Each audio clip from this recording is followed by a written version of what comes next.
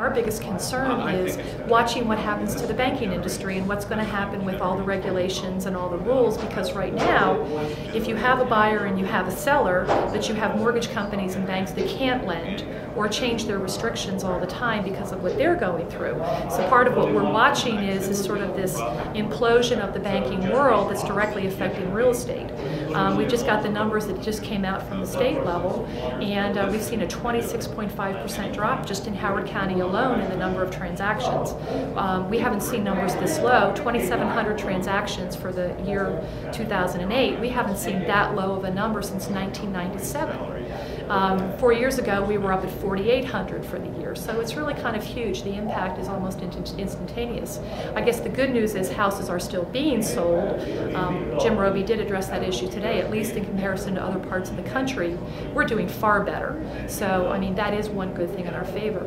I think as a small business owner, one of the impacts that we're facing right now is the ever-increasing cost of medical care for our employees and being able to cover them.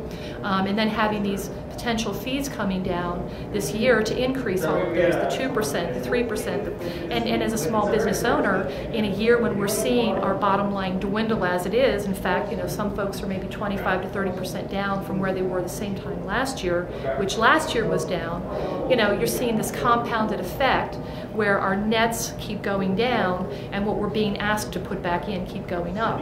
And I think our panel addressed that beautifully today, in that Howard County really is a small business incubator, and on the one hand we try to encourage growth and new businesses to get started and to grow, while on the other hand we take away from them, we make it harder, we overregulate them, sign changes, fees, taxes.